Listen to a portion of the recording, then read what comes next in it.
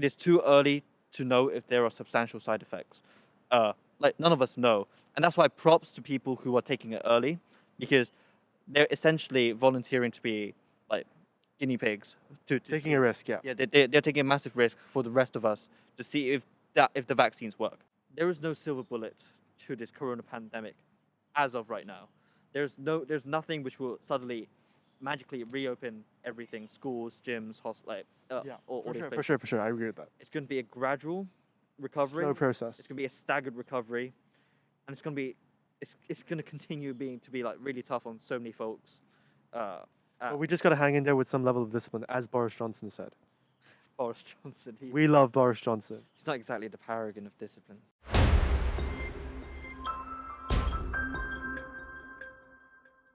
Welcome to episode 18 of the Zero Filter podcast. And today's episode, we're going to talk a little bit more about the vaccine update and what that means for having the end of this fucking pandemic.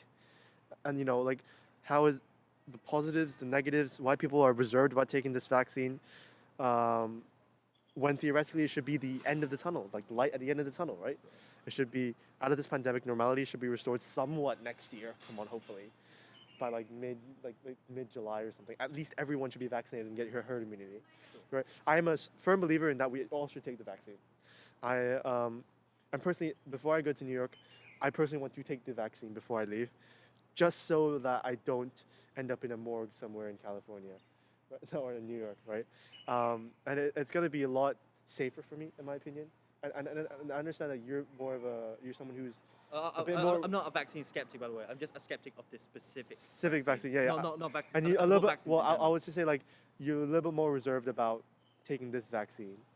And why is that? And let me explain why. So first of all, let me sketch out what's actually happening.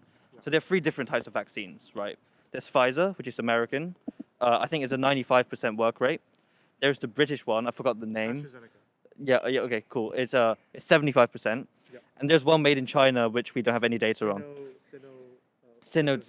Yeah. And So. Moderna's one as well. Yeah. So something like that. Well, let's just quickly run through all the different vaccines because I did some research on this. The Pfizer one is 95% effective. Yeah. It's really, really effective. But it needs to be stored at below 80. 70. It needs to be stored minus 70 degrees. Minus 70 degrees. And it's gone in 7 to 8 days. Yeah. So it needs to be. So it's expensive to store. Expensive to store. A lot of places don't have it. It's very hard to transport. The English one, the 75% one, is it AstraZeneca? AstraZeneca right now is between 60. AstraZeneca right now is between 60 to 70%. My understanding of it is that you need 2 separate shots for it to work, right? You need two separate shots. Yeah. Okay. And then, and England is rolling out kind of the vaccine ahead of Europe. Well, so they're rolling out the Pfizer vaccine right now. Yeah. And the Chinese one, I'll be honest, I don't know anything about. And look. Well, it's a collaboration with BioNTech, and it's let's say there's not so many updates, but they're in phase 3 human trials right now, and one of my friends did take the vaccine shot yesterday, so congrats to her. But it's still up in the air. They're still giving it to health workers and stuff, but we don't know the legitimacy of this vaccine. I don't think for example, even if I was politically against China, I don't really care if I take their vaccine, just because it's a vaccine and I need to get vaccinated at some point. But the Sinotech vaccine looks promising as a kind of as a vaccine. The AstraZeneca one works differently to how Pfizer does it. One of them is RNA, the other one is just antibodies. The Moderna one, I think, is antibodies as well. I'll have to double check that. But it doesn't have to be stored in those large temperatures. For example, the Pfizer vaccine, because it's RNA, has to be stored at a really, really low temperature. And and then the other one, so the AstraZeneca one can be stored at basically cool temperature, and same with the Moderna one, which doesn't have to be stored as cold as the Pfizer one, which makes it. And the Moderna one's going to be approved by the CDC soon.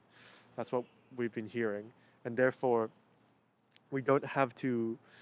The fact that some of the more outlying places in America will use the Moderna vaccine, and the more Los Angeles, LA, and Chicago, those places will use the Pfizer vaccine. Right. Yeah, that's a good overview. Thanks for that. Okay, here's my position on the kind of vaccines as they stand. I'm not anti-vax by any means. I believe in vaccinations. I believe they work, like Yeah. flu vaccinations, etc. Like you should get vaccinated unless you have a specific allergy to it, in my opinion. I have two reservations Yeah. about the current coronavirus vaccine. The first one applies to all of them, and it is that it is too early to know if there are substantial side effects. Like none of us know, and that's why props to people who are taking it early, because they're essentially volunteering to be like guinea pigs to Taking see. a risk, yeah. Yeah, they're taking a massive risk for the rest of us to see if the vaccines work. So that's my first objection, and that's in general. My second one is to the Chinese-made ones specifically. Look, they're like years. Be like, careful, be careful. Yeah, I mean, look, there were reports about. Do you remember when mainland China flooded the market with fake baby milk formula? Yeah, I remember Yeah. that. I remember that. And then And it caused massive amounts of like liver issues and it stuff caused deformities in in newborn children. and it basically fucked up like a substantial number of our generation and the generation just below us, right? Because I'm just concerned about the transparency of the Chinese process. And look, are the vaccines dodgy? We don't know. How are they manufactured? I'm not an expert enough to say. What I will say is that China's record on transparency is not exactly 100%. And that's why I would say I'm a bit worried about the Chinese vaccine specifically. Those are my two concerns. So my first concern is one which I think a lot of people share, is that we don't know the side effects. It's too early to tell. I want this coronavirus thing to be over, but In a safe manner. in a safe manner. I don't want people to have like long-term issues after they take the vaccine. Just take over for 2 seconds. Yeah. And my second concern is about the Chinese vaccine, because we don't know. We like there are just too many unknowns, and because of the previous track records of large pharmaceutical companies basically fucking over the consumer, I'm a bit worried. And here's the thing: will I take the Pfizer vaccine? Yeah. Yes, I'll be willing to take the Pfizer vaccine. But will I be willing to take the Sinovac Tech? No. The Sinovac and the BioNTech one, the collaboration between Yeah. Sinovac and BioNTech. Yeah. So By mainland China. so and I'd also- say I'll be willing to take the Pfizer What one. about the Russian one? There's a Russian one going on. I don't know anything about that, so we'll see. So I'll say Pfizer, yes. The English one, AstraZeneca by Oxford. yeah, maybe, because I mean, but you hate Oxford people. well, because I'm from Cambridge. I mean, a vaccine's a vaccine, but I think numbers are a bit too low, and I think the risks are a bit too high. The thing is with AstraZeneca is right now has a very wide range of effectiveness. So it's 65 to 95% effective, Yeah. which basically means So some of them have like It's issues like- with their it's face, right? Like they get like well, there's not issues with their faces like allergies and stuff like that. yeah, and that's what I'm worried about. I think that's quite sensible because and if you look at a lot of people like in Europe and in America and just all over the world in general, a lot of them are like, yeah, we want to have the vaccine, but we're really worried because we don't know much about it. Yeah, but well, right now the kind of the vaccine for the RNA, which is what Pfizer's doing, that's why it has to be stored at such low temperatures, is the prominent front runner in terms of ones that are trusted, because Pfizer's one actually, I believe Pfizer's vaccine works well. I mean, you have to believe it. There are statistics, but Yeah, well, there are statistics that shows that it works 95% well. Same with Moderna, that is working okay, but it's a different system. The AstraZeneca one is a lot more cost effective. If you see, but it's less of a guaranteed thing. well, I mean, if you look at the price difference, it's massive, right? What about the Chinese one? I will tell you okay, I don't know how much the Chinese one is costing, but I know that the AstraZeneca one by Oxford is $3 US, whereas the Pfizer one is around $15 to $20 a shot. I'd imagine because What- of transportation and storage. No. Just the shot itself. Just to show it. No, but because the cost of transportation it's like it's reflected in the shot. Do you see what I mean? No, kind of, but at the same time, it's like the transport is beyond the $20. Right. So $20 is just the amount of money it is to make the shot for one shot. Yeah. It's It's on average it's got an extra 30%. So that's where the money's gone. on average it will cost, well, for the AstraZeneca vaccine it's around $3, which is way cheaper, and the Moderna vaccines around $10 to $15, so just around like mid-range. Um, I would say like yes, there are going to be like reservations on people taking the vaccine for sure, 110%, And because look, some people will suffer from side effects. I think that's just a fact. yeah. I think it's not like the flu jab where But what I will say that is like to you and people who are a little bit more reserved about the vaccines, like you either live with okay, you either wait really really late until you get the vaccine shot, and see how people like react to this vaccine, or you know we have to trust scientists, right? Scientists have tested over and over again through the past 9 months, and and this is why it's taken so long, like at least a year for it to roll out, right? no, I agree that we should have a greater degree of trust in Because these scientists people than aren't other these people aren't bums, you know what I'm saying? These people are Yeah, actually like I these people understand, know what but- they're doing, But the right? scientific method also requires us to be skeptical. It's not just scientists have done it, so we must trust them. Like they aren't understand, they aren't high priests of science. Like I understand, like, but the only reservation that you may have is time.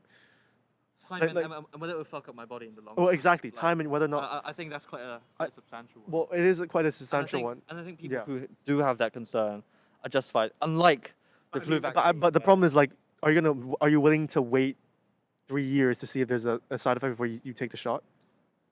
That's the problem with me. Like, I'm not gonna wait. Like, I think waiting like maybe in a bit years is long enough for me. I'll understand say that it's okay. It depends on the vaccine, and it depends on my health at the time. If I'm like healthy like now, and what I'm getting is the Pfizer vaccine made in America, I'll probably be down for it. But as I've said, the Chinese one, or even the English one, I still have a lot of reservations, and I don't blame other people for having that as well. I will say this as a public service announcement though, right? For all of you people who are like just anti-vaccines in general and like don't take your children to the flu jab, like just please take your children to get vaccinated, because first of all you get herd immunity, which means that if like enough people take a vaccine, the minority don't need to take it, and secondly there are genuinely a minority of people who can't take vaccines because they're allergic to it or because they might die. So if you get yourself vaccinated and if you get your kids vaccinated for the flu, you're not just protecting yourself, but you're also protecting those vulnerable people who can't get a vaccine. So while I'm quite skeptical about the coronavirus vaccine, for every other vaccine, just please get Just take it. vaccinated, especially if your government is doing it. Providing it. Look, understand, like Would you take the one that the Hong Kong government's planning to provide? 7.5 million doses of the Pfizer vaccine, okay. and also 10 more million, I think, of doses of the Sinovac tech vaccine. I would follow. Carrie Lam says it's not political at all. And I okay, I'm going to. I don't want to say anything, but I think I would still take it. So I'm not going to comment on Hong Kong politics because. I mean, it shouldn't be political in my opinion, but there we go. But I would actually listen instead of Carrie Lam, who I suspect isn't that great a scientist. I would follow the advice of Hong Kong's top epidemiologist, Yun Gok-yong, right? Dr. Yun Gok-yong. Do you know him, right? He's a guy who he basically saved us from SARS in 2003. And here's what he said. He said that he would not take the vaccine. And when Hong Kong's top epidemiologist, who saved us, by the way, from the previous coronavirus of SARS in 2003, if he says don't take it at this point, Then you're not going to take it. I'm going to listen to it. Like, at the moment he gives the green light and he says, look, I think it's probably safe, then I'm down. But right now, he has reservations. He saved us from last time. He saved us from this time because he was the guy who warned us about transmission from people from the mainland or even just people from abroad, like from England, from America. So if he saved Hong Kong then and he saved Hong Kong now, that's what I think I'm going to listen to his advice. If he thinks the vaccine is safe enough, I'm going to do my own research. With the Pfizer one. Yeah, What did he comment about the okay, Pfizer yeah. one? But the problem with that is that, okay, and you might have to fact check me, but I think the so-called Pfizer one is basically made in China, but according to the Pfizer like recipe, and it's not the actual content of the Pfizer vaccine which worries me. It's the fact that it's going to be made in China because there's so many variables. If I was in America or Britain, on the other hand, it would be a different story.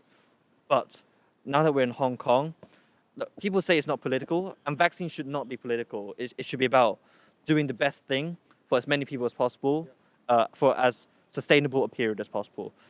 But I think, on one hand, you've got a bureaucrat who's telling us to take all of this, and on the other hand, you've got a super respected uh, expert on epidemics. So I think I'll listen to Dr. Yun over Carrie Lam. Well, I would say with the flu, the vaccine jab, right? I would just say that, okay, yes, made in China is a bit of a skeptical thing. Um, I would just say that, like, if I had a choice of whether or not, like, okay, I have to leave soon, and if I have a I understand. It gives you back your freedom. It's a passport back to freedom. it is essentially a passport back to freedom, because like the world needs to keep turning, and right, like businesses are shutting down, and economic losses are pretty high right now, right? You know, a lot of activities have to shut down. Even our gym is shut down right now. Um, with this jab, which is like this kind of jab of hope, basically, Yeah. which I don't think is the most like cost-effective method, but either way, it will still work. Um, it needs to happen soon, because, and I don't care what, like, and I understand that like people have reservations and stuff. I think But the people are wut you really going to force people but to take it? I'm not gonna force people to take it. I'm saying the people who have a much better, okay, not immune system, but I think the people who are more vulnerable should take it first, 110%. But afterwards, I think the people who have reservations and have a strong immune system, if you're young and you're kind of not as worried, then sure. But if you're young and you have a bad immune system and you know you have a bad immune system, I think the best way is just take the vaccine, because if you get COVID and you get hospitalized, that's not fun. I agree that vaccines are good in general, but I think you're underestimating the potency of the side effects. Because look, if you have a bad immune system, or if you're elderly, and then you're further immunocompromised by a flawed vaccine, then then you're going to be in an even worse position than when you started. Do you see where those? No. I see where you're coming from, but it's just like And look, I know, getting COVID is worse, in my opinion, than getting fucked over by a flu jab, well, by the vaccine jab. I would say this. I have to put a disclaimer, because I think what you said was a little bit inaccurate. You need to decide on a case by case basis. COVID can be really bad, as we've seen. I think there was this really prominent political figure who died really suddenly from coronavirus, and he was in his 50s. So yes, coronavirus can be terrible. Like, it can kill you, right? Let's not mince words. It can kill you. Yeah, like it But- killed like 1.6 million people. Yeah, it has. But the effect it has ranges from killing you to being like a mild cold, and and on the other hand, the vaccine, it either works or it fucks up your body. There's also concerns about like whether or not it's effective long term, like whether or not we have to do it like a flu jab, like every Exactly, single so like year we have to There's take so it. many there's so many variables we don't know. I think the proper scientific thing to do is to say, look, we understand that people want to get shit going again. You know, we want gyms to reopen. We want to be able to see our friends and our family. Yeah. We want to be able to travel. But I'm not willing to sacrifice the most vulnerable segment of the population as guinea pigs for a flu jab, which we don't know. So when would you recommend our audience to kind of take the vaccine shot, if since you're more conservative? I would be like, okay, by March I'm taking it. That's me. That's what I think. Okay, I'm more cautious. I would say that you need to decide on a case by case basis. Firstly, what vaccine are you taking? Is it the Pfizer one? And if it's the Pfizer recipe, is it made in China, or is it made in America, or is it made in Europe? I was about to say I have my own reservations. Yep. The most important thing is to judge on a case by case basis, specific to your situation. If you're living in America and what you have is access to the Pfizer, or what's the other one? Moderna. Yeah, if you have access to those vaccines and they're made in America, you've got 95% work rates. I would say, in general, I'd recommend you to take it. AstraZeneca, I'm not so sure. The Sinovac tech thing, I'm not so sure. The Russian vaccine. The Russian vaccine, I'm really not sure. But I would say, We're basing credibility off the country at this point. yeah, but I think you have to do that when it's your health on the line. Like you have to use these kind of guesstimates. Yeah, well, I think for people in Hong Kong, right, I don't think it's as important to take the vaccine, or like in Singapore, for example, or New Zealand or Taiwan, right? If you're going to America or the UK, I think the vaccine jab is probably a good bet. So as I said, very context dependent, very dependent on your own healthiness. Because if you're already immunocompromised and stuff, you probably shouldn't take it. as for usual, right? Again, well, I think we need to stress this again because look, vaccines work as a general thing. They work, but this particular vaccine, or to be more accurate, vaccines, we need to tread carefully. And there is no silver bullet to this corona pandemic as of right now. There's nothing which will suddenly magically reopen everything, schools, gyms, like Yeah, all these for places. sure, for sure. I agree with that. It's going to be a gradual recovery. Slow process. It's going to be a staggered recovery, and it's going to continue to be like really tough on so many folks. But we just got to hang in there with some level of discipline, as Boris Johnson said. Boris Johnson, We love Boris Johnson. he's not exactly the paragon of discipline. Remember when he was shaking hands with COVID patients without. I mean, true, but but at least he was more responsible than Trump was. Yeah, yeah. Both of them are quite pretty irresponsible, but I would say, in addition to the vaccine, while we're waiting for the vaccine, what can we do right now? It's Well, we at least see some light at the end of the tunnel. But what can we do right now to prepare ourselves that once we're out of this whole entire situation, what can we do to okay, maximize? First of all, wear masks. That's pretty obvious. Wash your hands with the portable alcohol gels that you get. Wash your hands with wash your hands with soap and water, right? Soap and water, but if you're outdoors and you don't have access to like those, you get those portable Portable gels, alcohol, like like, yeah. So wash your hands before you go into a restaurant. Get your temperature checked. If you're the owner of a restaurant or a shop, like selling clothing or whatever, install one of those temperature things, or have one of your employees use the kind of temperature gun and check people's temperatures before they come in. I think what the Hong Kong government is doing, this like QR code app, where you can like record where you've been. I understand that's a privacy and security concern for a lot of people, but if you're not too concerned about that, I would strongly recommend you consider. And I would say, what about international travel? Just to end things off, Yeah. international travel is being a massive problem right now. And in terms of it's okay to implement all these all these things, but we still have to go into quarantine when we go to another country, and we have to do all these things. And like, would you recommend the Pfizer jab for like other international students out there, just like myself and like you? Yeah, I mean, there's no perfect solution. I'd say if government policy is for you to stay in quarantine, you just man up and stay in quarantine. Yeah, Because classes have to restart again, and yeah, look, classes will restart, but whether they're in person or on Zoom or whatever, we don't know. How much time do should we start summing things up? Yeah. But I will say this, right? People who are in university, it's been statistically shown that kids are failing classes because they're on Zoom. They're not as interested. Their attention span is way less, and they're probably like not as attached to like everything. And so people are getting more lonely these days, and I feel like there's a lot of issues attached with. Oh, that's another thing which you're talking about how we should deal with this, right? Yeah, and that's why I think we should also take the shot, because again, it solves these issues, and some of these issues might be bigger than just like some of these social issues and issues to do with grades and having a functioning society is going to be completely removed when we do take the shot and we do take that leap of faith, right? Yeah. And people might have reservations, but I think ultimately it's pretty well it's pretty safe, and that's what the CDC is saying. And I think ultimately time can only tell whether or not this vaccine will work or not. And I'll say this, like we've got different ideas about the vaccine, at least for the next 6 months. Here's something that you can do.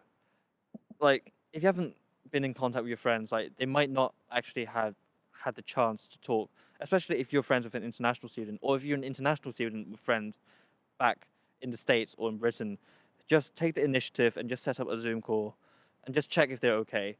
So we can't control whether the vaccine works. There are too many things we don't know, but what we can control is how we treat each other and making sure our friends and our relatives that somebody's checking in on them, and even just a 20-minute chat would really change their day if they feel lonely. So I strongly recommend everyone who's watching this to, reach out to friends and family, especially if because some people are much more introverted than other people, and they might not have as large a social network. So because look, people who are watching this, and us included, we're quite lucky in the kind of friends that we can make and the people we do meet.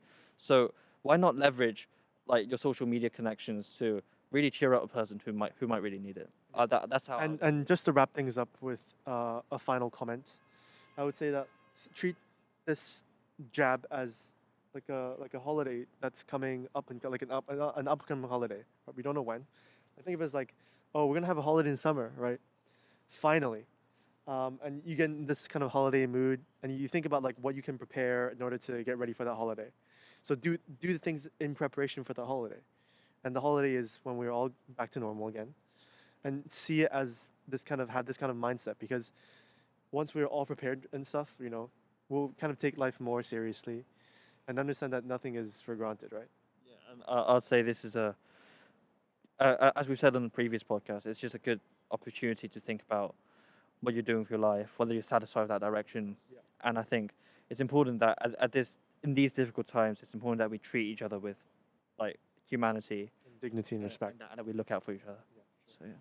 So, anyways, if you guys liked the 18th episode of the Zero Filter podcast, please give this episode a like, comment, and subscribe. This channel subscribe. And without further ado, peace.